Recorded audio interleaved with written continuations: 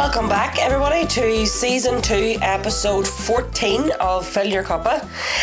We are very privileged today because we have got a very, very, very special guest. Our first man in the podcast, officially, Mr. Thomas Murphy. He is a son of one of our lovely wee mummies, Emma, and Thomas is here with us today, and we're going to do a bit of talking about support together and how we have helped his family. I'm also joined on my right hand side by Una Mary. Of course, She's here. Yeah. No show how to Una Mary. So today's a bit different. Today's massive. Thomas, you're very welcome the whole way today from 5 Mile Town. Do you want to introduce yourself? Well, thanks very much. I'm Thomas, as Ciara said. I'm not 5 Mile Town now, Ciara. Oh, sorry. Ciara now. I'm Tempo. So Tempo, okay then. I'll have to get that clear. Well, no, there's 5 Mile Town, is it not in your address? Well, that's a technicality. All right, well, there you go. See? No. But right, we'll go Tempo. I'm very How dare you say that now? 5 Mile Town. Very happy for you to have me here, though. I'm privileged to come on and speak. You have helped my mummy a lot, so I'm very happy to be fit to help you out too. So I'll give a wee bit of background here. Thomas's mummy, Emma, had sent in and connected with the charity back in August, September time last year. And Emma had been unwell and was suffering from postnatal depression. She reached into the charity for a wee bit of help. At the time, we had a massive waiting list. And I lifted the phone, gave her a wee call just to see how things were, to let her know that she wasn't alone. And we started, I suppose, listen to your conversations. And I would have connected in with your mummy once or twice a week. Just to keep her ticking over, listening ear and support her until we were able to give her let her in through the doors for membership. And I suppose that started a friendship and a relationship and a connection. And here we are, what age is Orla now? Orla would be 9 months. 9 months, so here we are. It's probably 8 months from we connected in. 8 months later, your mum has made amazing steps towards her recovery. And you are here to speak to us today to, I suppose, give us your feedback and let us know how things have been, and I suppose the difference that you're seeing. So you're a university student, final year university student, Thomas, Queen's University. Yep. So you'd have been up and down to Belfast during the week and home at the weekends. Yep. Tell me a wee bit about them early days of when your mummy was unwell, or what way that all started or come about. Well, so in the early days, Orla was born in July, so it was at the summer, so I still at home in the early days now. Orla had been round about for about a month, before kind of we started noticing that there was a little bit of change in her behaviour and stuff like that there.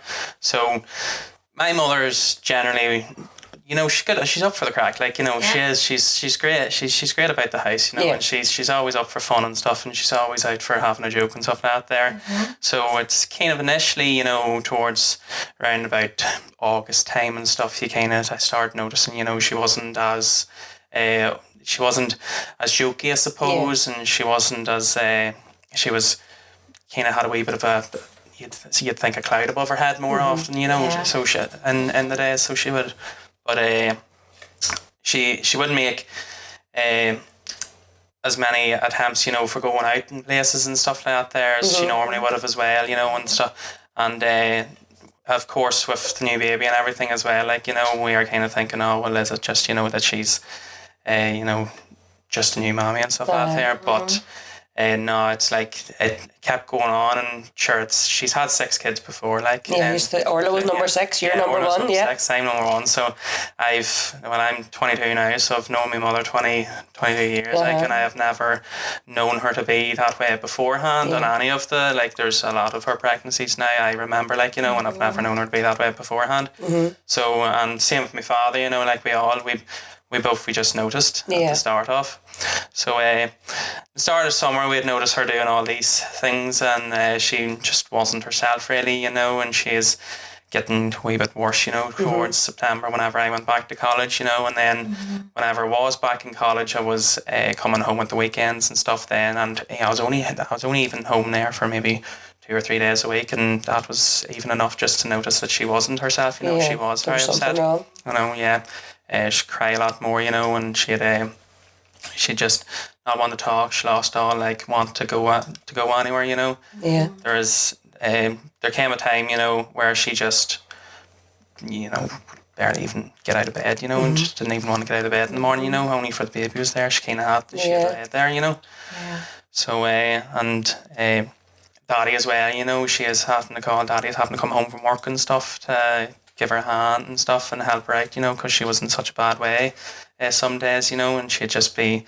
She also beforehand, I know Mommy had anxiety and stuff beforehand, so this mixed with the postnatal, that really ramped up all of her symptoms and everything as well. So. But just seeing her in that way, at the start, seeing it's the just, deterioration of her.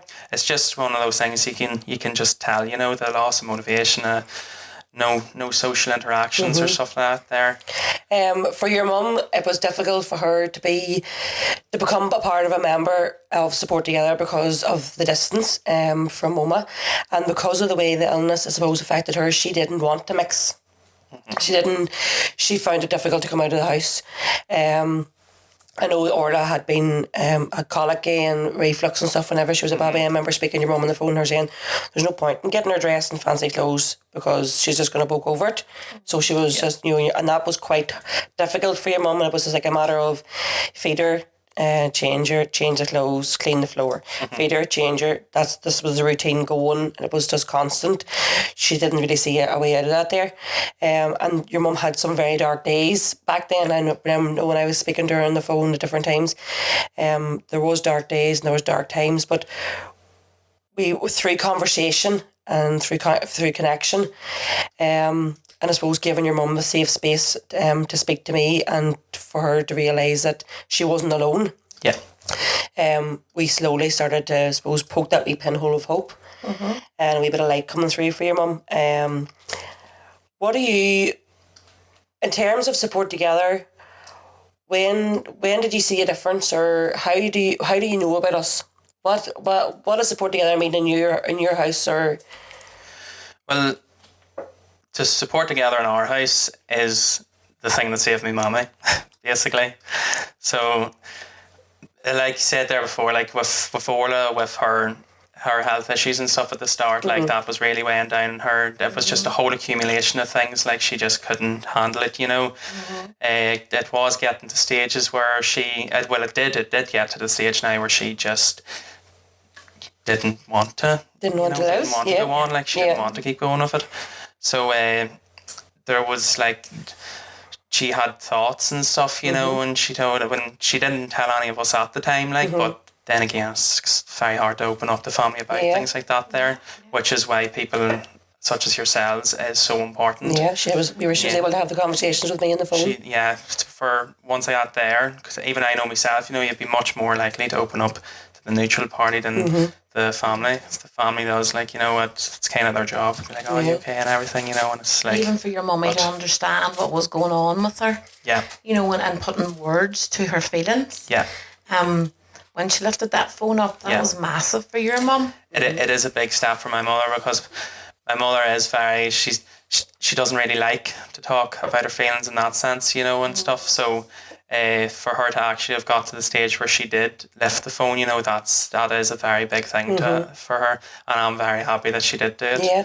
But it was, I'd say we kind of started noticing. Well, I would say myself now, I started noticing a difference in her behaviour now.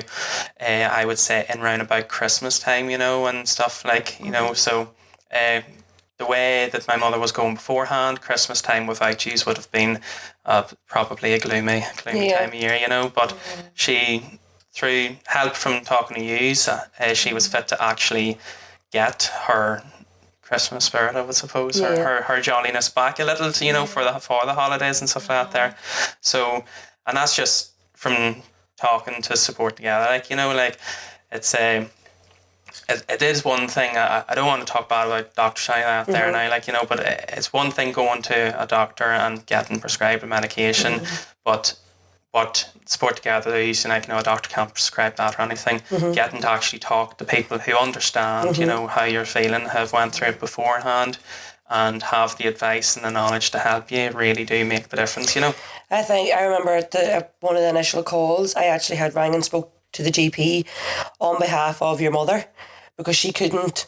She had been down, and she felt like she couldn't speak. She was down for the child. Orla wasn't well, and she had spoke about Orla, but didn't feel that she was worthy. The doctor should ask how she was.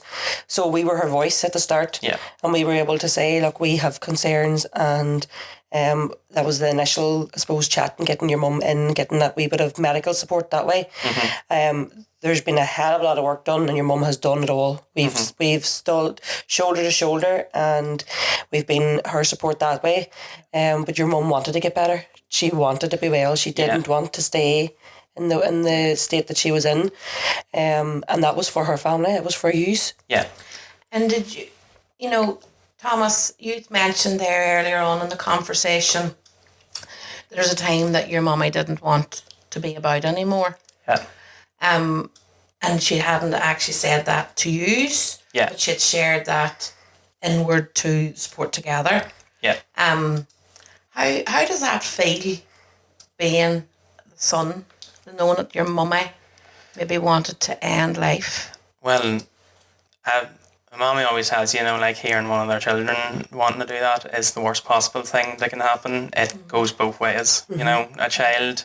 I love my mother so much, There's not a woman in the world that's more important to me than her. So hearing those words come out of her mouth, and hearing that there was a time in her life where she felt that way, that I didn't know about that time, and I couldn't do anything to actually help her at that stage. It's like a dagger going through your heart now, so it is. But I suppose I'm thankful that she had yous there that she was fit to talk to and stuff, because if she didn't have yous, I doubt that she would have actually talked to us about it, because it was so long before she actually told us about it. I think the only other person that might have known about was my father, who yous have also indirectly helped him as well. In the phone as well. Yeah, he was under an immense amount of pressure and work, and he was a wreck, with dealing with all this stuff as well. This mental health stuff's not my father's strong suit or anything, So this here type of whenever mommy was having these thoughts initially, there was times where she'd be away to the shop or something too long, or she and daddy would be getting scared and stuff, that she was like, she's went away off and she's tried to kill herself or something, or if she was just out of the house for longer than she should have been, or had went too long in the day without sending a text. And this daddy was so affected by the whole fact that previously she had all these the suicidal thoughts, and she was in such a bad way that he didn't realise that was actually her getting better from you. She wasn't actually that was actually a good thing that she wasn't. That she was out more, and that she wasn't. He was still so stuck on that she's done something. On the fear. So it's the fear and the love that you have for your, as you say, your mommy, and I love the way you your mommy. The love that you have for your mommy, and that fear. But as the oldest son, do you look inwards at that and see now that it was the illness, it was the illness doing that to your mum, and by your mummy not maybe being educated on self and on perinatal mental illness and on the effects of having a baby, what it can do, and trying to navigate yourself through it all. Yeah. That it was the illness that was taking your mummy away from you. Oh, 100%. No, it was the illness, that was taking her away from us now. She had postnatal before, but never really to this extent, so she wasn't realising that it was, she was sit at home, she was thinking it's her, that she's the problem. This is what was driving her to the suicidal thoughts and stuff, and she was thinking, like you said, about when she was on the phone about being worthy or not here, she felt like she wasn't worthy of being our mommy. But that's the most wrong thing I've ever heard in my life, you know. I remember her, she felt she wasn't worthy of the doctor giving her the time of day to ask and for her to tell the doctor how she was feeling. Yeah, see, she got to the point where she just didn't think, she thinks that she was basically a waste, you know, that she shouldn't be here. That's the dark thoughts, getting more attention. The dark thoughts are consuming your everyday. Yeah. And often when this is why I suppose it is so important for this education, for charities such as Support Together, to be in the community and to be embedded, because we're often striking that conversation and we're leading by example. We're bringing hope into homes. Me and Ciara had similar, I suppose, feeling that you didn't want to be here anymore, and it was more about that you didn't want to be feeling like this anymore. You know, the love for your children is there, but you lose the love for yourself. Yeah. And that's sore, because you don't think you're worthy. You don't think you're worthy of your children. Because we've met you this morning, and I have never met such a well-mannered fella. And I mean that, Thomas. You know, and very much. From even conversations that we've been having with your mummy, and when Ciara has a conversation with your mum, Ciara then has to have a conversation with us in the office, because it's all about navigating your mum through that journey and what's best fitted for your mum now. For now. There's no way peer-to-peer your mum couldn't have come to any of our peer-to-peer support group. No, that would have just frightened her. But that one-to-one, listening ear. Yeah, that listening ear, somebody at the other end of the phone who's walked a similar journey and is able to represent hope. That then encouraged your mum to reconnect in. Because I remember the very first time she spoke to Ciara, and Ciara came off the phone, and we do feel the emotions of the mummies, because we're very empathetic. We have a load of empathy for what they're going through, and we often feel, because we've been in similar places, and Ciara came off the phone with your mum, and the worry, and like, this lady needs support. We need to be able to help this mummy. What does that support look like? And you could easily go into fix-it mode. You know, right, we need to do this, we need to do that, we need to do that. But we had to be led by your mum. And Ciara reflected back, using your mummy's words in black and white text. Your mum was able to read back on it. Your mum came back inwards into the chat and said to Ciara, the difference I felt even with that first conversation. Well, there is definitely a difference, you know, between the one. So there's a lot of people out there, you know, is probably sitting thinking, you know, that their family members, they can just help you. There's no need for these groups and stuff, because they'd be afraid to, by coming to the group, you're admitting that, you know, there's something wrong, and a lot of people are afraid to admit there's that anything wrong. But there's nothing wrong with admitting that anything is wrong, like, you know. So, like, I'm thankful that my mother was fit to do that, because if she hadn't, God knows where she'd be today. I mean, like, there at in summertime there, you know, just a wee bit after Orla was born and stuff like that there, like, she would barely even come out of the house just to walk down the lane to my grandmother's house, and sure, it's only 500 metres away. And now she's going away off to a Girls Aloud concert in May, you know. So, and today, as we're speaking, your mummy's actually away in to the Get Together Cafe. A baby and toddler, a wee Gem. And that's massive, because she's taken your baby sister in to meet other mummies and other children, and to create connections and relationships. She's even fussing this morning about what to put on her and everything as well. So you say she wasn't too worried then about like things. Well, the conversations have been going since the 30th of August. And I have tried slowly but surely planting seeds. Maybe you might come down to see me. Maybe you might get to put a face to the name. You know, because she obviously had heard my voice, I had heard her voice. And it took 7 months for your mum to have the courage and to build up the strength to come down to meet us in Oma. And when she came in that day, we threw a party. We were your because it was actually amazing to get her down and to be a mummy that has been where your mummy has been. to know the difference that first getting down the length of Oma, because I know we had spoke about it before, and your daddy was going to bring her down and do a wee drive through and see where she was going to kind of show her where Oma, where the building was and all. And then she ended up coming down that day by herself, and it was great. But I know the difference. I've been there, and to make that first step for her to come in through the door was amazing. Yeah. And it was like, we celebrated her and she celebrated herself, and there was a lot of tears. It was me and her both crying that day, because I was so amazed and so thankful that she was there. But the fact that she'd come, and then slowly but surely we're dripping, and we're getting her. She's got together, and she's going today to Gladden's Kingdom, and I'm raging, I'm missing it. But I'm here today with you instead. It's okay. Yeah. Trying good crack. I know, you're good crack. Love your hair. But it's just the difference. I say it to your mum on the phone all the time. I see the difference, and I don't actually see her, if you know what I mean. I can feel the difference in her on the phone. I know in the first couple of minutes on the phone what way your mummy is, because I can hear it in her voice, and she's chirpier, she's got the wee sparks back, there's a bit of crack, there's a wee bit of jokiness. You know, that's not your mum that was there in August. And it's great to see that she's slowly but surely building herself up, and she's getting back to the new version of what Emma is going to be.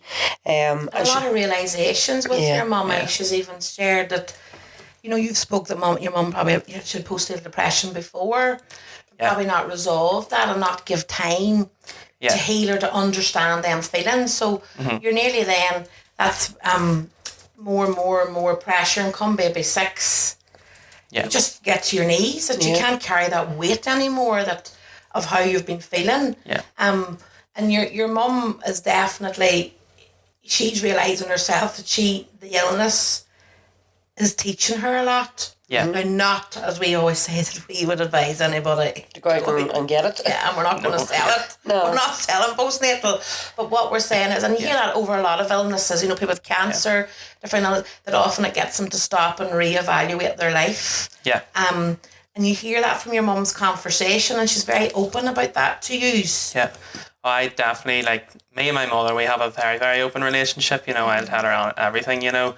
And she'll normally tell me everything as well, like, and we always would have really good crack and stuff like that there together. So I'd being fit to see and notice that change in her, you know, following Orla, you know, it was horrible actually going through that. But it is a feeling, you know, like, we can tell that something's wrong with her because we've known her for so long. We know what she's normally like. But it does really help to come to support together, you know, for other ladies such as yourselves who's been through postnatal depression and knows what it's like, because you actually also recognise what's going on. And like you said there, we are fit to just even tell over the phone that my mother was getting better. That's because from you being fit to actually have your experience there, like, you know what it's like. Yeah. So coming to these support groups where people who are in the same boat as you, the same situation as you, you know, it is great. You know, it is the stepping stone to, like, helping you. Yeah, to get better. If you don't, you know, you'll just let the illness consume you. You know, and anyone who's left alone, you know, they're going to still think that that they are that's their fault, you know, but it's not their fault. It's the illness, like, you know. And the illness didn't just affect your mama. Sure, it didn't. No, well, it infected all of us. Like, you know, it's you know, it's like a bad smell. You know, to be honest, it comes in and hits that one person first, and then everyone else gets it then after. You know, so it hit, like, the illness took over Mommy, you know, and she was getting real bad, and so, you know, and postnatal depression stuff was getting her to be suicidal and everything and then that there had a knock-on effect. Like, my father, you know, like, he struggled really badly with it. You know, he had to come home from work on days, you know, because Mommy would phone him saying that she's going to do it, she's going to slit her wrists and all these things, like, and Daddy had to come home from work to actually calm her down and stuff. Anytime Mommy would go out anywhere, you know, she had to have Daddy there with her and stuff. So he would see everything happen, you know. She'd be crying, you know, she cried at night and stuff out there. Daddy actually seen, like, his wife, who he's been, you know, married to for 21 odd years, like, this is the way she is, like, you know, this is what's happened to her and stuff. Seeing, and then us as her kids, you know, on the sidelines, having to go to school and stuff and Leave her, yeah. live normal lives and stuff. And that's nothing. I'm up in Belfast, you know, I know my mother's back home, you know, she's like going through this and stuff, and I'm 70 miles away. I can't help out or anything out there. And it's really painful as a family member not being able to actually help someone that you love so dearly, like, you know. So whenever I heard, you know, that she was getting help from yous, it was great, you know, being fit to see that she actually took that leap, getting that seed planted and her to actually get that leap. And she's been, you know, from planting that seed to growing along this last couple of months to now, like the way she is, like she is really starting to bloom again. You know, she is really getting back to be herself again, you know. Yeah. So that's amazing, because your mummy is a real champion of the podcast. Yep, she loves it. And because she's living in Tyrone, 5 mile town. But she's not. 5 mile town temple. Because she's not directly in Oma, she still is able to get to service. Yeah. As in the one-to-one calls, so that's listening ear. But also your mum's able to enjoy the podcast and the conversations. Yeah. And she would play that when you were all at school or in the car or whatever. And we even hear through your mummy's conversation. And your mum has been a champion, and it's an absolute privileged position that we're sitting here with you. I'm sitting here with you at the opposite of me. You know, Thomas is sitting here in the room with us. And your mum will be busting with pride. Yeah. She will. And she had wee cries and stuff, you know, and she's happy that it's came as far as this, you know. Yeah. But Thomas, I don't even think you've realised the power of what you're doing. You know, you're helping to extend and amplify a noise around that illness. When I point, folks, I'm pointing at the bitch, not Ciara. I'm not a bitch. She's a bitch. The illness. Yes. You know, the illness did not deserve. You know, sorry, but you did not deserve what you went through. Nobody does. Nobody asks for it. But if we are not educated, if we do not have the knowledge, we don't connect with our feelings and our emotions, it will. Yeah. It doesn't care what money you have in the bank. It doesn't care how many family members you have. It doesn't care how rich or poor you are or a big house. Yeah. It's like my mother now, our family's went through troubles before, like with loads of different things, you know, and my mother is probably the strongest woman that I ever know, that I've ever come to know. I honestly didn't think that there's anything, you know, that could knock her down, you know, like there's other health problems she has and she's fit to power on through her day, you know, doesn't even let it affect her. But now that, like, there are loads of, there are physical ones, you know, but see, the mental one now, this disease here now, the postnatal depression, she is the strongest woman that I've ever seen in my life, and even this disease had just took her completely, you know, and quickly as well. The speed and the magnitude that it took my mother at, you know, the power it had was just mental, you know, and it's just so glad. I'm just so happy to see now that with help from you, she's not letting it win. Yeah, you know, she has the control back. Do you feel you lost your mommy, and now is mommy coming back? Do you see her return? There was now a time, yes, or I'd agree with it now. I never really wanted to say, you know, that I'd lose my mommy or anything out there, you know. It's a very hard, it's a hard thing, you know, to admit, like, you know. Thomas. But there was a time, you know, where mommy was more or less be a shell, you know, you could say, you know, she'd just be a shell of what she was beforehand, you know. She's an amazing woman. Yeah. And she'd shared something there with Ciara that she felt like the Tin Man. I was speaking on the phone yesterday and I was complimenting her and saying, you know, it's amazing. And I felt like the man out of The Wizard of Oz that was in the warehouse. Now, it's a long time from I watched The Wizard of Oz. And she says, and Dorothy went in and put oil in him. And I said, the Tin Man. She goes, yes. She says, I feel now, and this was her words, I'm alive. Yeah. I couldn't speak on the phone for crying. But your mummy even putting them words and able to recognise where she was and where she is now. Like, that's nobody in this earth wants to feel that they feel nothing. Yeah. But all they feel is often fear and anxiety, and it consumes you. But your mummy realising that she's feeling life back again. Yeah. You know, and she's taking the kids out and about, and they're even saying, We have you back. Mummy, we have you back. Yeah. Like, that's... This is Fill Your Cuppa, the Support Together podcast, and we couldn't bring the podcast to you today without the support of Clarity Scanning and Holistic Health. Clarity Scanning and Holistic Health is a private pregnancy, ultrasound and complementary therapy facility. Their mission is to provide a more holistic approach during your pregnancy. Visit clarityoma.com. Oh, like I know, like there's so many times in life, you know, where you're faced with so many battles, you know, and you try your best to get over them, and then there's just that there one now, that postnatal depression, this disease, you know, is probably the biggest battle that my mother's ever had in her life, you know, and I'm just so happy to see. I'm over the moon, you know, to see that she's actually been fit to seek help from you and actually been fit to give her, I suppose, the weaponry necessary to get through this and overcome this battle. And it's actually what you are doing here now it's not just influenced my mother in the sense of it's helped her overcome this. It's also influenced even some of our, like my brothers and myself, you know, at the house, like, you know. So have actually...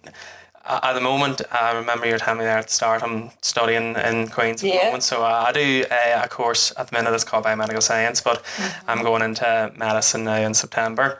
So medicine, like, you know, there's so many different branches I can go down, but I never really thought about any of the mental health sides of medicine until I saw my mother with this disease, you know, and how badly it plagued her and how well the help from yous were fit to help her, you know. You have the lived experience of that now. Yeah, so I actually see what it feels like and what it looks like firsthand to help someone out of the darkest place in their life. So being fit, you know, you can save so many lives, but to being fit to save minds, you know, and things like that there, you can save so many other lives in the process of it as well.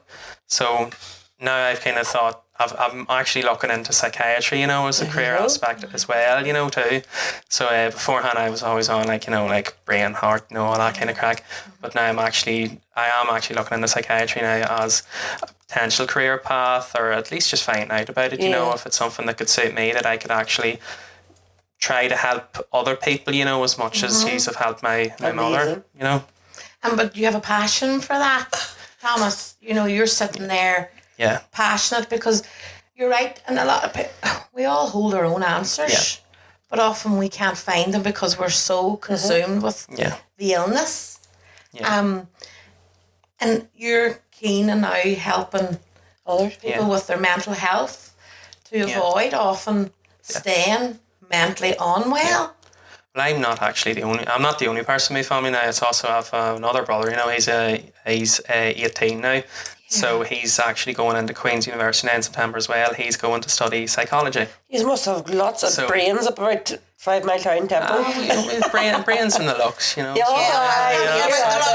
on beautiful hair. Ciara can't wait to run her fingers through. We're not just pretty faces, you know. So, it's important to get that message out there, right? So you're saying your brother also... He's also, so he's looking into... He had a little bit of an interest, you know, in the psychology and like the brain studies beforehand, but then seeing our mother go through this, you know, you could see him, like, you know, he was flat out every night reading about all this stuff. Like, he was always, you know, he was reading about all this mental health stuff, you know. What was his name? His name's Dara. Dara. Oh my God. Yes, Dara had sent me through an email. So I was speaking to Dara. Yeah, like Dara, I actually haven't seen an email. I need to see it too. I want to see what he said. Yeah, he put more tears.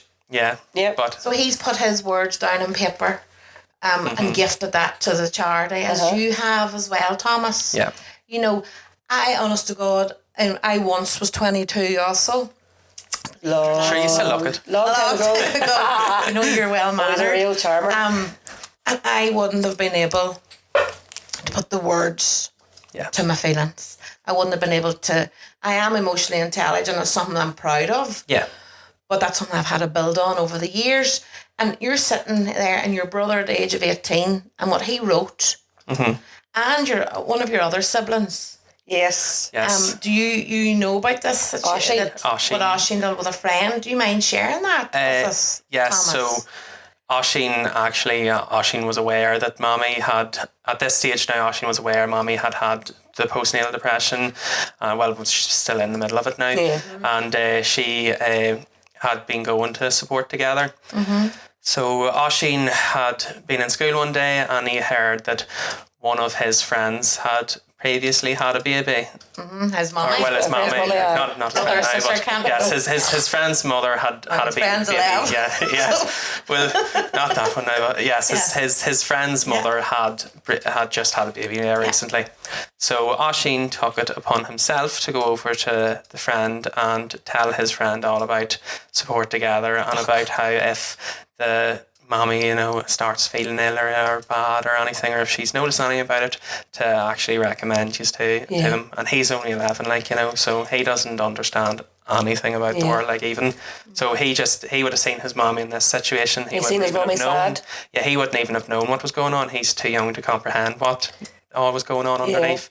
So even just the support together being fit to be so effective that even just an 11-year-old such as him realises and actually tries to tell his friends whose mother's just had a baby about it and everything as well. It's phenomenal. It's like that. He was promoting our podcast, Rinne and Skillings. He was promoting the podcast and the charity that's made up of mummies that supports mummies. The supports mummies. I think that was what he'd said to your mum.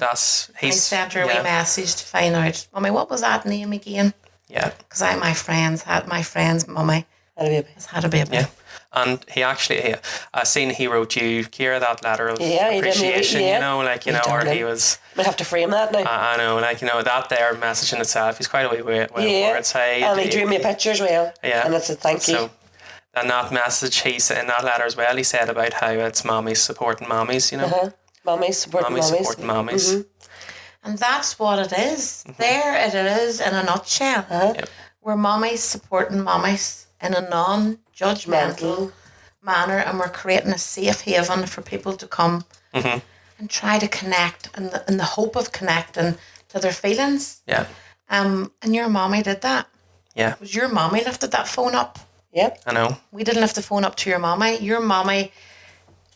your mommy wrote in first, so your mum, which would have been much easier to do that. She connected in through email through the website. She did, that's right. And then I contacted her, but due to what your mum had wrote, we knew we couldn't let that sit because we had a duty of care. Yeah. Even though we had a waiting list, but we needed to connect in with your mum. Yeah. And Ciara, then we everybody within support together is able to hold the family support role. We're in a privileged position because I said to you, any training we go through, we're all involved in the training. So Martin's training, mental health first aid, the assist, but the biggest training of all is life, lived experience, and it's what often the mummies don't tell us. Yeah. We can pick up. So Ciara can pick up what's not said, and then we can pick up when we hear the change in the mummy. Yeah. And I mean often it's the change of you can hear the hope coming into her world again. And we mirror that back to the mum. And we put it down in black and white because that mummy will sit. Your mummy has probably often sat and looked right over the messages Ciara has sent back. But them words are your mummy's words. Or in reflection to the best that we can do. And that helps your mummy in the darkest of days. Yeah. When maybe the house is empty. Because your mummy often talks about a Monday. Monday's tough for your mummy because whenever you're away back to university and the weans are all back to school, your mummy thrives whenever the house is full. Yes, she does. And when the house is empty on a Monday, I remember her Monday is the worst day. How do we get over a Monday? Yeah. If you can pass the Monday, the rest of the week's all right. So we had always connected in the Monday. Yeah. Your daddy will sometimes be home on a Monday. Yeah. So it was putting plans in place to give her back control. But that is the thing, when you come from a household that is so active and so loud all the time, it can at times help distract you from what you're feeling, but when everyone's out of the house and you're left on your own, you're left with nothing but your thoughts. Yeah, she's very lonely. And they're very loud. Yeah. When you're in a house with silence, your voice. She was even hearing them whenever we were at the house, so even whenever she's away from the house, you can imagine how much louder they are when we're not in it, Big time. Exactly. And I suppose the outcome that we would love for every mommy that comes into support together is that they become the big hug to self. Yeah. We start off, the services we provide It's a framework we use, Thomas. Yeah. And that big hug was something that was created, that terminology, even just through mummies, but also through us remarketing and looking at what we do and who are we? What do we provide to the community of support together? And you know, if my mummy would go, that's just a big hug through text. Una, thank you so much. Or Ciara, or Jem. That means so much because that's connection. Yeah. So we create, the services we create are bespoke. But the outcome would be that your mummy is going to be the big hug to self, that she sees she's worthy. Yeah. And them skills that your mummy will learn. Yeah. Do you feel that they will be filtered through your home? Do you feel them skills will be beneficial? I definitely feel like they will be beneficial. Now, not just for my mother, like it'll help keep my mother right, you know, for hopefully for the rest of her life, you know, as well. But it'll help keep up us as well, you know. Like I myself now, I'm in a relationship at the moment, you know, so I'm even fit to see this as well myself, and hopefully it never comes time in my life where my girlfriend ends up going through this or anything, but if it does, I have those skills and I have seen this happen, you know, now that I actually will be fit to help deal with that as well, you know. So like I said, he's helped my mother and everything, but you've helped my family really, like, you know. There was a time where that felt like my family was going to fall apart and it was going to be nothing anymore, but you kept the light in the family and you kept it burning. So I'm very, very grateful and very appreciative of you. Your mummy did all the work, darling. We provided her with that safe space where she could be held and heard. The job that we do and support together is we want to hold the mummy as she holds her baby. And we literally did hold her mummy as she held Orla. Yeah. Yeah. And Orla was in this morning. I haven't seen Orla since she was in, that was 2 months ago. Yeah.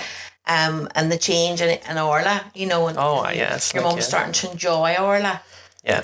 And get a bit of crack out of her. She says there's a bit of crack out of her. Sure, they're best mates now. Oh, she's best friends. I'm a bit jealous of her. Actually, I get to, you know. And I know when your mum, she didn't want to be the way she was. No. She did not want to be the way that she felt she couldn't connect with Orla at the beginning. That actually really, really tore your mum apart. Oh yeah, 100%. Like, but it was the illness. It was how your mummy was consumed with. I suppose I say personally, I suppose looking inwards, your mum was carrying a lot from previous, you know, postnatal depression and a lot of unmet need. Yeah. And then just got on with it. See that? Just got on with it. Yeah. It does a lot of damage. So eventually your mummy goes, I can't take this anymore. Yeah, piles up. Yeah, she wasn't fit to get on with it. Yeah. Wasn't fit. And just as you'd said there, Thomas, mummy sent a message into us yesterday and she said, the support I've received from you is support for now, but also support for my future. Yeah. I mean, wow. Like, we're doing this because we love Ciara. We reckon she hasn't done a day's work since she haven't.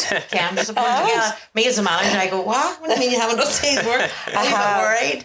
But what she means is, I don't feel like it's work. This is when I've walked the walk and I've been there and I can see the difference. I don't feel like this is work. Yeah. This is going to be, and I've always said it for a long time, I was so shamed and didn't want anybody to know that I was unwell. And now I'll shout it from the rooftops. Yeah. Because if shame is the biggest killer, Thomas. It feeds guilt, it feeds cancers, it feeds so much illness. Well, I have a saying that I like to live by as well, you know, because when I'm in college, you know, you do be faced with lots of fears and stuff like that there. And my mother was faced with lots of fears. There's always that shame, you know, there's always that pressure that you shouldn't be talking about these things. It's, you know, you're not right for even thinking about these things. But I think that bravery influences bravery. Bravery influences bravery. Well, your mother was very, very brave. Yeah. It wasn't a weakness by you, Mummy, reaching into us. Your mum, that was a massive strength. And for her to constantly want to work on that, it took a lot out of somebody who was mentally unwell. Yeah. Because when you're mentally unwell, as you see, your mummy wanted to stay in the bed. You know, you don't want to give anything to life. Yeah. Because this illness is taking your life away. It's taking, it just drains every ounce of you. Yeah. And that's a strength to be able to go, I'm not coping at the minute.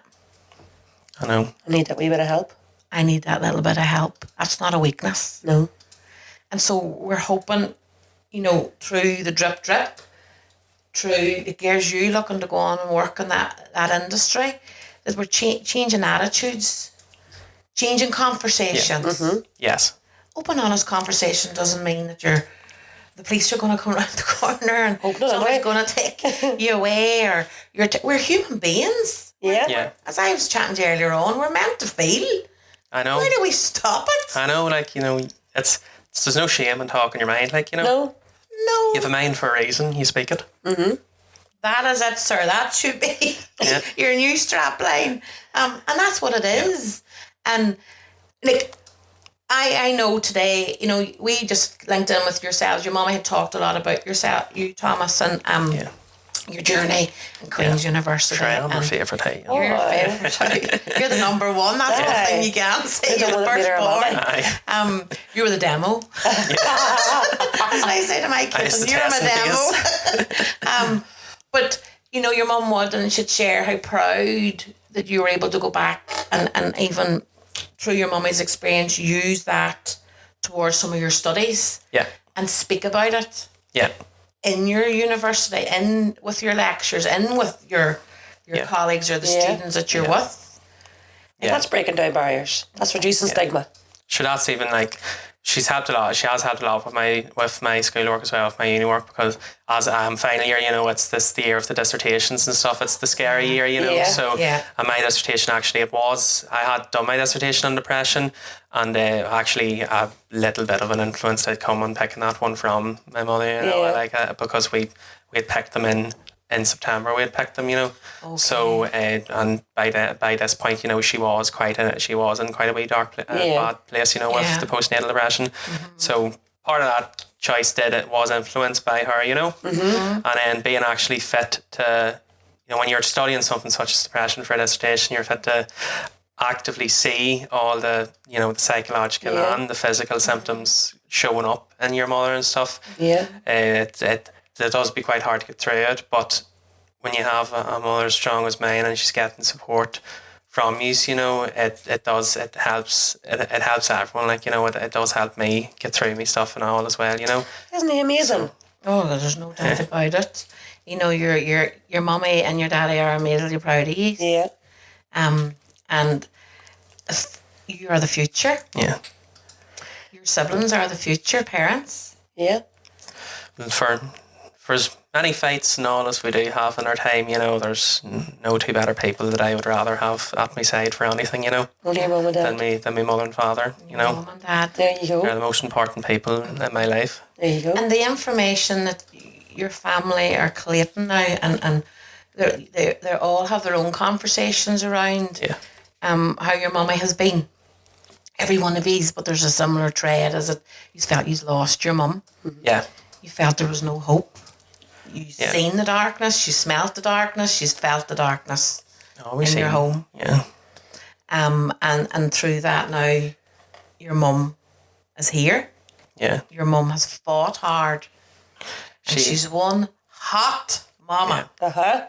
She's looked like partners, and she's a very young looking, very fancy looking. But I'm not even about the looks of her. What I mean is she has fought hard. Oh, she has. That is amazing what she has done. And I said that to her yesterday. It's her standing up to this illness when she was at her lowest. Yeah. On her knees. And that's why we're called Support Together. Yeah.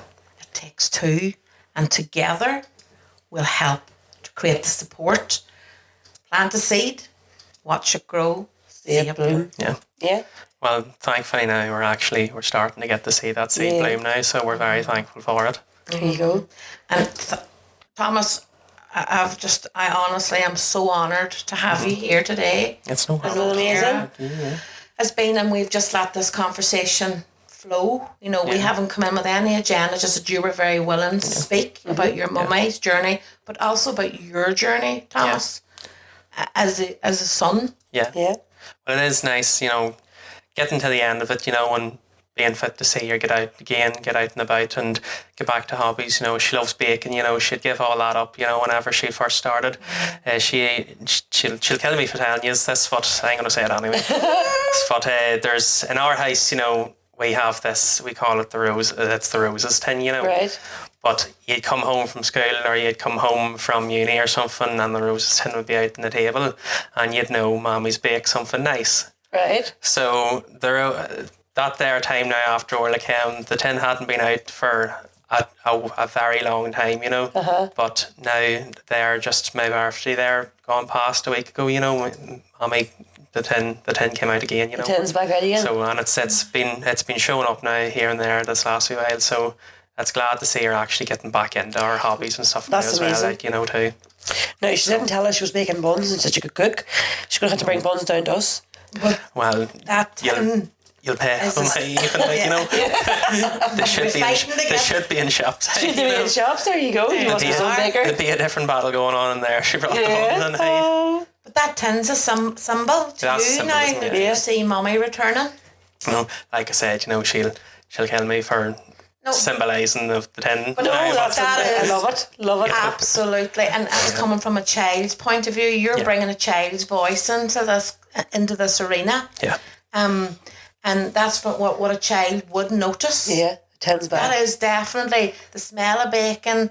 Even your probably Mommy would have been singing and chatting while she was baking, you know. Yeah. And then even you all coming round the table going, oh my God, lovely and yummy, and everybody, it was conversations, it was that big hug. Yeah. That, and also the my wee sister, now she's Joanna, now she's I was going to say she's 7. She's 7 now. Yeah, she's 7. I always get confused now on her age, but like she's it's tough. There's mountains now. But even trying to keep up. A child so young as 7, you know, noticed with me Mommy, you know, because Mommy would do the baking, you know, she'd do the cooking, she'd do activities with us and all and everything. She'd do colouring in and arts and crafts with Joanna and stuff at the table. She'd stopped all that, you know, she hadn't seen a point or a reason for doing any of that. So even Joanna had seen that there now, and sure, when Mommy is helping her and back to helping her with homeworks and stuff and all, you know, and doing things with her. So, and even Joanna, you know, I even seen Joanna break down a couple of times, you know, over time because she was afraid that her mom, like what was happening to her mommy. Yeah.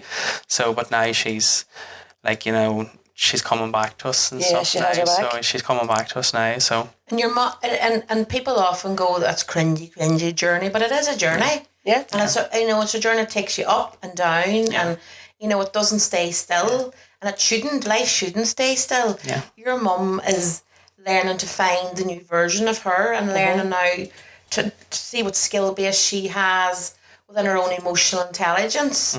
And there'll be days that your mommy maybe will dip a bit. Yeah. But yous will all be there to lift your mommy up. Yeah. Or it could be vice versa. You know, you could be, you know, because you're human too. Yeah. Are you aware of that now? Right, Thomas, you're human. Yes, Fine human as you are. Oh, but you thank know, you very much. when if you dip, you talk to us about the stress of you at the minute at your final year, and it is a tough time.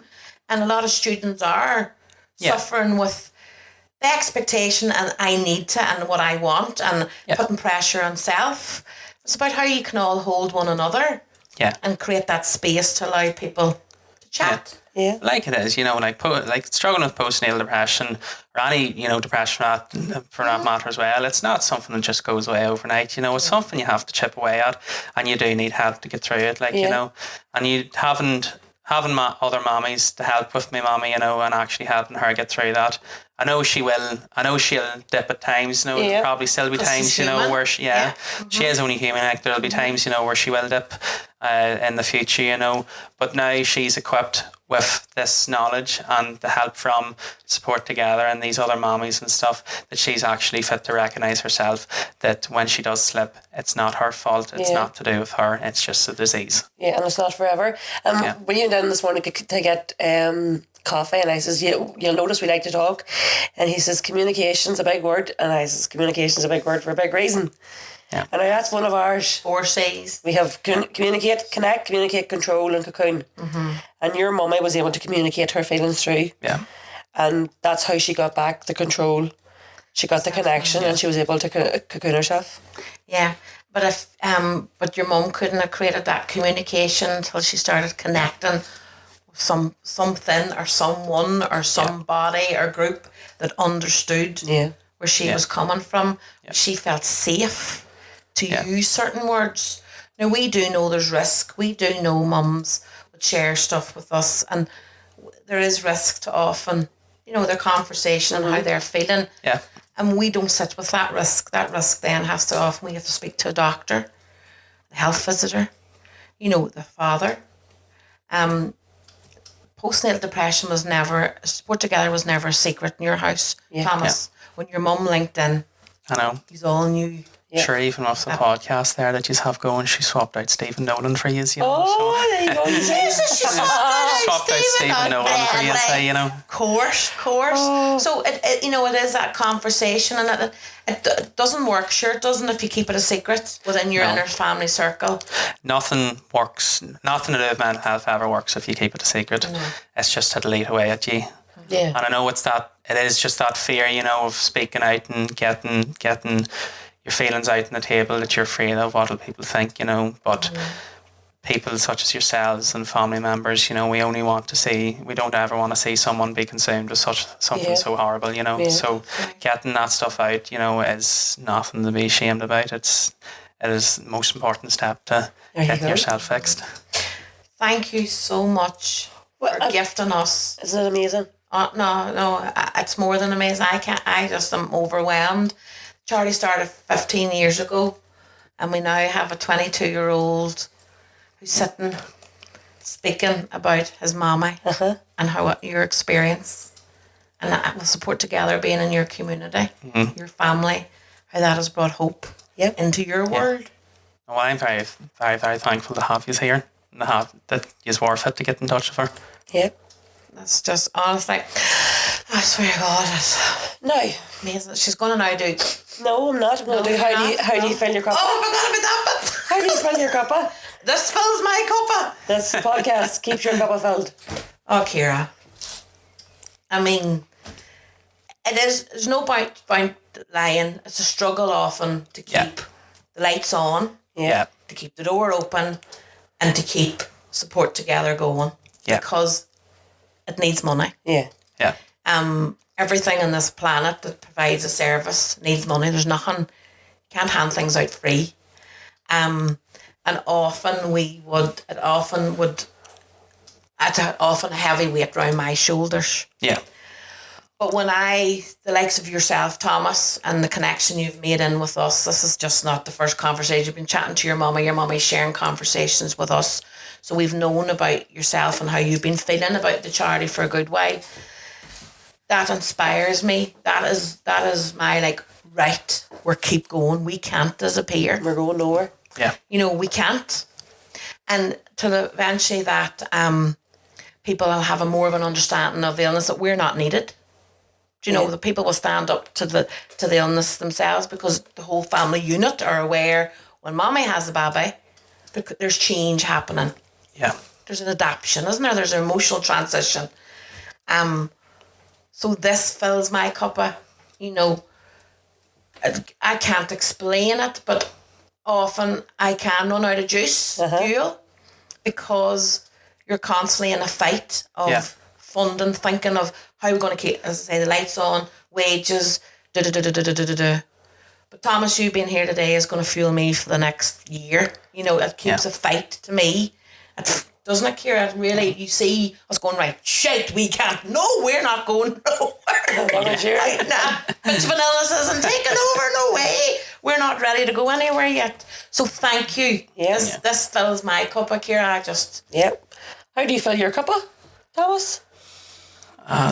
Bit of punjani, No, this here, I would say the same, just getting in here to meet you and stuff like that there, and meeting such lovely women such as yourselves, and I'm very thankful to be here as well. And just, knowing that we have the skills and we have the resources there that we can help my mother, whenever she's consumed by that darkness, that would fill my cup. Oh, that lovely. Sadly. Well, my cup was filled. My cup was filled with helping the mummies and seeing the change and seeing the progression and seeing the hope. Can you, in August, there's no way would I'd ever dreamt that Emma might have even still been here. Never mind that her son will be coming and doing a podcast. Yeah. Now, bearing in mind, in August, we hadn't even started the podcast. We didn't start the podcast till October. That's right. So that Thomas will be sitting here doing a podcast with me, and Emma will be in Aladdin's Kingdom with wee Orla. I've done the hammer cry all week, but it's been real happy tears and proud tears because I am so thankful and grateful that she she sent in a message and she answered the phone, and that we were able to help her. Mm-hmm. Yeah. She's not alone. She's not alone. And through support and encouragement, she is able to bloom. Yeah. Now I always see if we get some nice smelly jokes. Thomas, she does jokes. This is the run of the mill, right? See. And yes.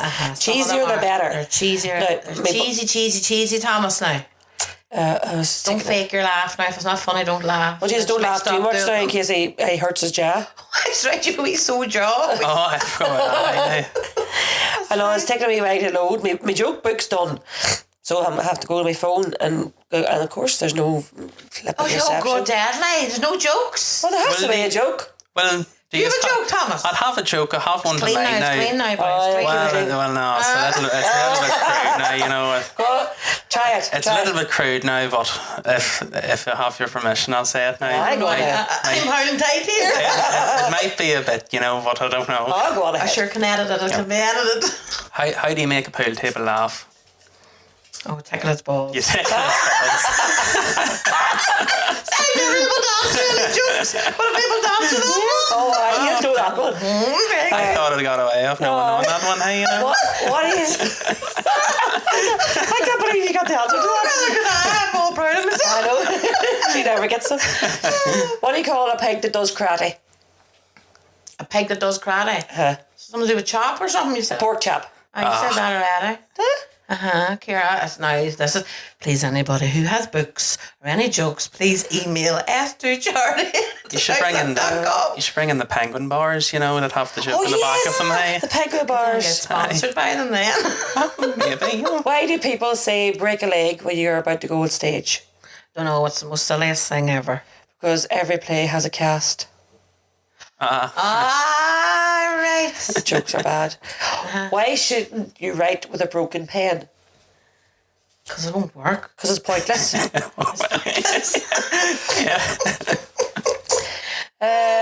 Where can you buy soup in bulk? My granny's house. The stock market. The stock market. They're bad. They're bad. Lord. What's brown and sticky? Oh, it's just a stick. We'll finish that one. The jokes are getting worse. They are, Ciara. Yeah. I'm really sorry, but they're absolutely shitty. Thank you very much, Thomas, for coming to see us. It's no bother at all. It's been lovely being here. Thank you, Thomas, from the bottom of our hearts. Thank you so much. We've spoke for over an hour, and it flew in. I didn't even realise it. Didn't even realise it. I'll be needing to get back to the books when I'm home. I know. Back to the Good luck for all your exams. Thanks very much. And all your studies. Yeah, and you know where we are if you ever needed any advice or any more, you know, any. Yeah, that's us. Yeah, lift the phone up, sir. Yeah. We're only a phone call away. Yeah. No, thanks for having me. Hey, it's been lovely meeting you. It's been a pleasure. You know, and once again, just suppose thanks for saving me, Mammy. Oh, Thomas, you're doped. I know. See you all later. Bye. Bye. See you. This was Fill Your Cuppa, the Support Together podcast with me, Mrs. Zoe, Ciara Una, my co-hosts Una Leonard and Gemma Casty. Brought to you today by Clarity Scanning and Holistic Health and produced by 9874 Creative.